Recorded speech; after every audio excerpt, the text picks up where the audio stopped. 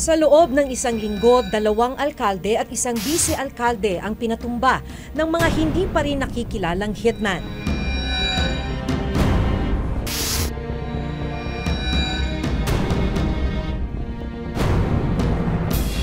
Iba't iba man ang motibo sa pagpatay.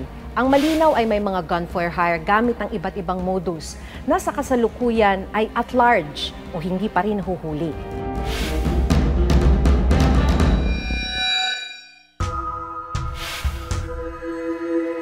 Taong 2016, naging kontrobersyal ang pangalan ni Tanawan City Mayor Antonio Halili dahil sa kanyang Walk of Shame campaign, kung saan ipinaparada ang mga sospek sa iba't ibang krimen, kabilang na ang mga di umano'y sangkot sa illegal na droga.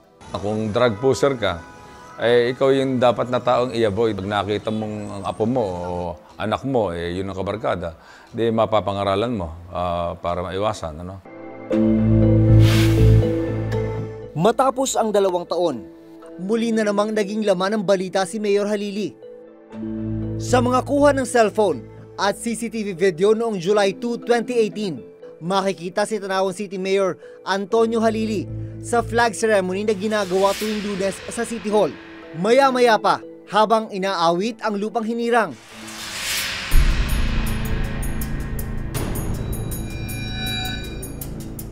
Isang bala ang tatama sa kanyang kaliwang dibdib. Napatakbo pa si Mayor Halili. Pero kalaunan, makikita ang pagbagsak ng alkalde. Isinugod pa sa ospital si Mayor Halili, pero idineklara siyang dead on arrival. Paano nga ba posibleng isinagawa ng gunman ang pagpatay sa alkalde? Sa lugar na ito, sa loob ng compound ng Tanawan City Hall, bumagsak si Mayor Antonio Halili makaraang barilin pasado alas 8 ng umaga. At ang shooter, nakapwesto sa damuhan na yon. Mula sa kinatayuan ni Mayor Halili, didiretso kami sa pinwestuhan naman ng gunman. 76.4 meters ang eksaktong distansya ng killer mula sa kinatatayuan ni Mayor Halili.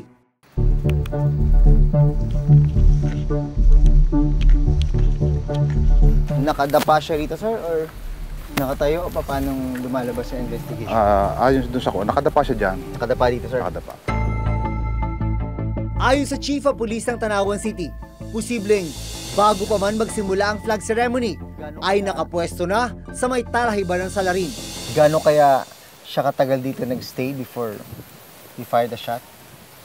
Wala tayong idea, basta siguro maaga siyang nandito at nag-prepare na siya dito para kasi inaasahan niya na aatin si Mayor ng flag racing. Si Mayor ba ay talagang diligently nag-a-attend ng flag racing? Regular siyang umaattend ng Monday flag racing. So all throughout, nakadapa lang siya rito? He waited for the right moment. Ika nga. Ilang segundo lang ang lumipas matapos barilin ng alkalde. Ayon sa mga otoridad, agad ding tumakas ang suspect papasok sa isang sementeryo. Pagkatapos niyang pumutok at na-establish ng mga otoridad na dito siya tumakas, hindi na kailangang dumapa dahil mataas yung talahib ng mga panahon na yon, nung araw na yon. Naglakad lang daw patungo rito. Diyan, sa trail na yan, patungo sa sementeryo kung saan nag-iintay yung getaway vehicle. At lumalabas din sa investigasyon ng PNP na itong area na ito na ginamit niyang sa kanyang pagtakas, yun din ang ginamit nung pumunta rito yung suspect at pumwesto sa lugar na yan. Sa drone footage na ito, makikita na ilang metro lang ang layo ng pinwestuhan ng gunman sa sementeryo. Sa CCTV footage naman ito, makikita ang sinasabing getaway vehicle na silver na SUV ng mga suspect na papasok sa sementeryo sa parehong araw na pinatay si Mayor Halili. On or before the vicinity of flag racing time ng munisipyo ay laging pumapasok ayon doon sa gwardiya ng memorial. At 8:04, immediately after the mayor was shot, ito na yung palabas na sila sa Star Tollway. Sa investigasyon ng mga pulis, isang basyo ng baril ang na-recover malapit sa sinasabing pwesto ng gunman. Ang basyo na yun ay? 5.56 Yung ginagamit sa M16, sir. ginagamit sa M16. Ito yung 5.56 na bala. Ito yung kaparehong bala na ginamit sa pagpatay kay Mayor Halili. Para mas maipaliwanag ang nangyaring pagbaril kay Mayor Halili, kakapanayamin namin ang isang marksman o eksperto sa paghawak ng baril para malaman kung anong kasanayan ang posibleng meron ang gunman na nagsagawa ng pagpaslang. Siya si retired Air Force Lieutenant Vic De Los Reyes. Nandito tayo sa kanyang firing range. Susubukan natin kung gaano nga ba kahirap o kadali patamaan ang isang target mula sa layong 76 meters mula dito sa kanyang elevated position. Sir, sa mga ganitong distansya, ano ba yung mga kinukonsider bago ka magpaputok? Una sa amin, natawag namin range clear. Clear. Walang tao, walang anumang bagay. Ganyan. Ngayon, yung alam ko doon sa nangyari kay Mayor Halili. May mga tao sa gilid doon, sa likod, sa gilid niya. Tingnan natin yung 76 meters elevated position. Ayun yung target. Iron sights, walang scope. Ayon sa PNP, walang ginamit na scope ang hitman. Ayon kay Lieutenant De Los Reyes, bihasa sa paghawak ng baril ang killer ni Mayor Halili.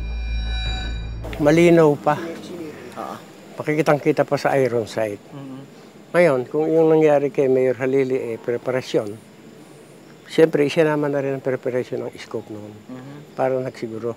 Pero sa isang marunong pumutok, kayang-kaya pantamaan. Pero kailangan mo ng training. Oo. Ang training na ito, gugugulan mo ng panahon. Oo. Mahusay raw na napagplanuhan ng gunman ang kanyang pwesto at maging ang layo ng kanyang pagbaril. Ikalawang termino na ni Antonio Halili bilang mayor ng Tanawan City, Batangas. Nakilala siya sa kanyang kampanyang Walk of Shame. Una nang pinuna ng Commission on Human Rights ang naging kampanya ng alkalde. Kung may human rights ka, may ginawa kang masama, may human rights ka, mayroon ding right to information yung aking mga kababayan. No? Yung mga kababayan ko dito, dapat malaman din nila kung ano nangyayari. Sino ba ang dapat na iwasan nila?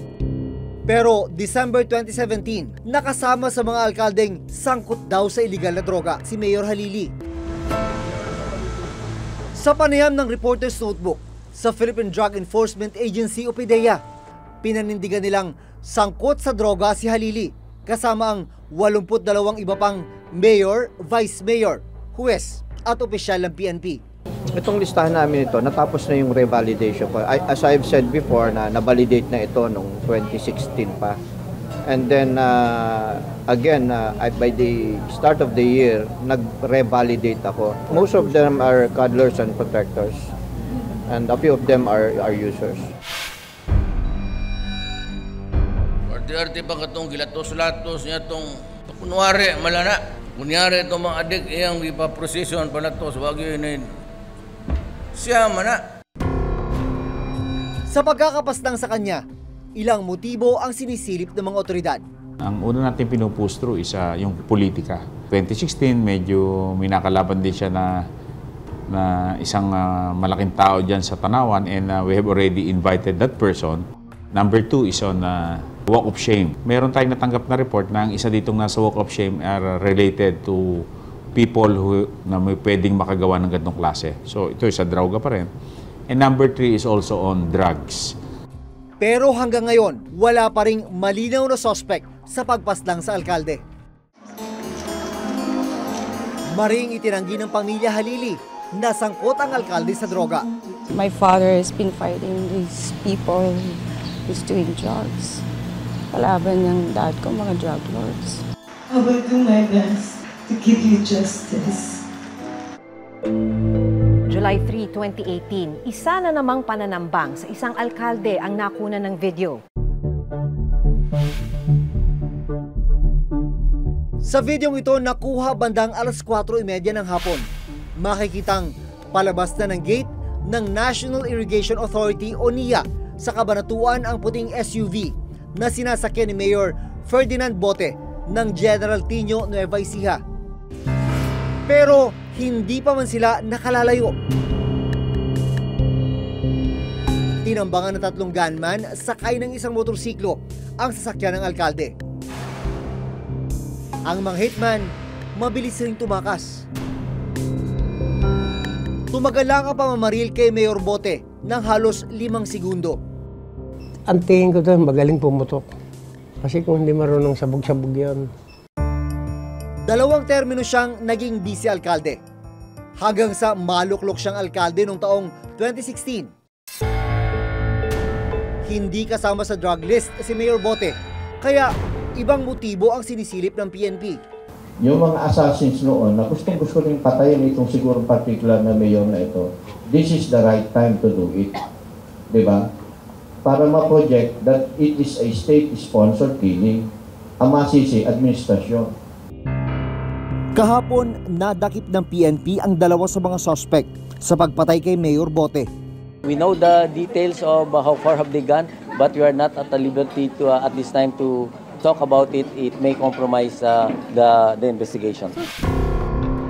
Ilang sandali pa, sunod-sunod na putok ng baril ang narinig. Tinabihan lang tapos niratrat. Sa orasan ng CCTV, 5 seconds lang. Malamang na planado talaga itong ginagawa.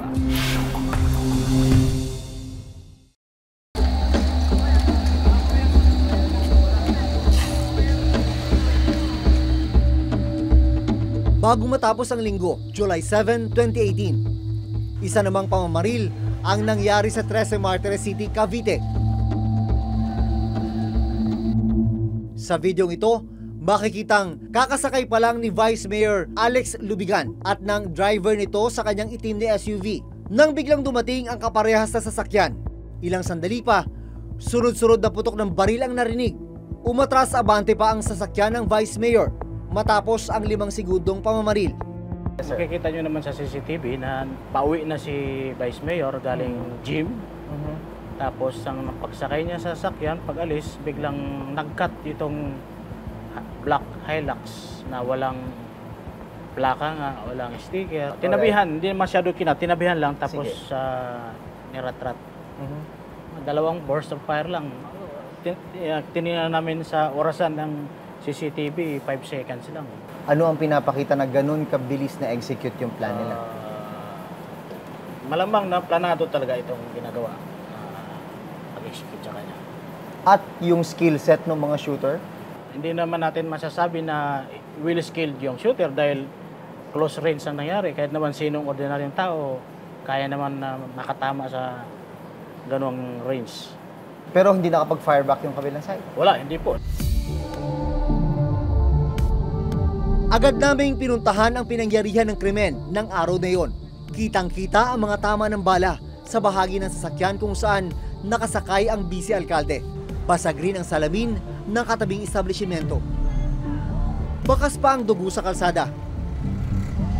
Base sa medical legal exam mula sa PNP, nagtamo ng 6 na tama ng bala sa iba't ibang bahagi ng katawan si Vice Mayor Lubigan. Namatay rin ang driver ni Lubigan at kritikal naman sa ospital ang isa pang security ng Vice Mayor. Politika ang nakikita nilang motibo sa pagpatay sa vice-alkalde. Meron na po ba kayong mga motive talaga, sir? Apo, isa pong tinitingnan natin motive ay yung political issue. Sino ang mga persons of interest nyo ngayon? Yun lang ang kasalukuyan naming inimbestigahan. Sa totoo lang, wala tayong pattern na nakikita dito sa pagpatay na ito. Nagkataon lang talaga na magkasunod. Okay. Parang itunuturing nating isolated case lang na ganito.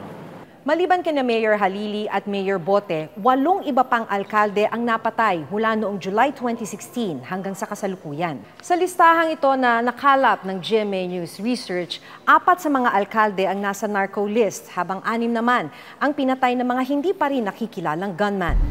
October 28, 2016, napatay si Datu Saudi Ampatuan Mayor Samsudin Dimaukom matapos umano nilang makaengkwentro ang PNP Anti-Illegal Drugs Group sa Makilala, North Cotabato.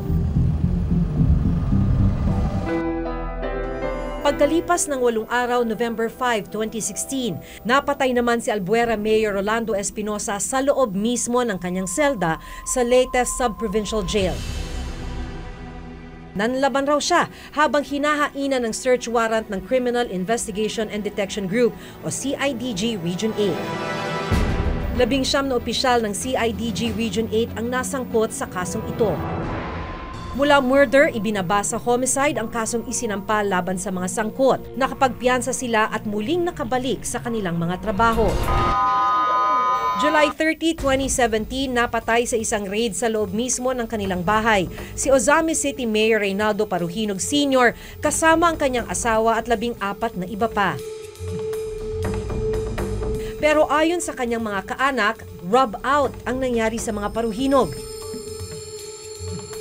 Giit naman ng Ozamis City Police, isang enkwentro ang naganap. Sa datos na nakalap ng GMA News Research mula taong 2010 hanggang 2014, tumaas ang bilang ng mga napatay na mayor at vice mayor sa bansa. Iba-ibang motibo ang nasilip na dahilan ng pagpatay. Sa datos mula sa PNP, walang pinaslang noong 2015. Pero noong 2016, 3 mayor at 2 vice mayor ang pinatay. Taong 2017, 4 na alkalde at 1 vice-alkalde ang napaslang. At ngayong unang 7 buwan ng 2018, 3 mayor at 3 vice mayor ang napatay. Kung titingnan ang datos na nakuha ng Reporter's Notebook mula sa PNP, tumaas ang bilang ng murder cases sa bansa mula 8,445 noong July 2015 hanggang May 2016. Umakyat ito sa 11,086 noong July 2016 hanggang May 2017. Sa datos ng PNP, mula July 1, 2016 hanggang June 11, 2018, nasa 23,000 ang homicide cases under investigation. Sa 23,896 na homicide cases under investigation, 11,122 ang non-drug related, 10,056 naman ang hindi pa alam ang motibo at 2,718 ang drug-related. We are on top of the investigation. Our different special investigation task group are making headways. They've conducted methodical activities to make sure that we'll be nailing the suspects hopefully pretty soon. So let's see. We know the details of how far have they gone, but we are not at the liberty to at this time to talk about it. It may compromise the investigation. At dahil hindi pa rin nahuhuli ang karamihan sa mga unknown killers, para kay Professor Ronald Mendoza ng Ateneo School of Government, mas lumalala ang culture of impunity sa bansa dahil hindi naman napaparusahan ang mga pumapatay. Kung kikilos tayo doon sa sinabi ng isang tao na protector yan, corrupt yan, magnanakaw yan, drug dealer yan, pwede na lang kahit sino magsalita. At pag nangyari yon, yun ang culture of impunity. So, maaring masasamang loob ay ginagamit na nila to para sa kanilang ginagawa na nila kung ano yung gusto nilang gawin. Maaring meron na ring mga nag-aaway, nag-aalitan ng mga politiko. Hindi natin malaman kung nasa ng ebidensya kung anong nangyayari. Kahapon, tinambangan ng motorcycle riding in tandem si Vice Mayor Al-Rashid Muhammad Ali ng Sapap-Sapap Tawi-Tawi. Dead on the spot ang vice-alkalde.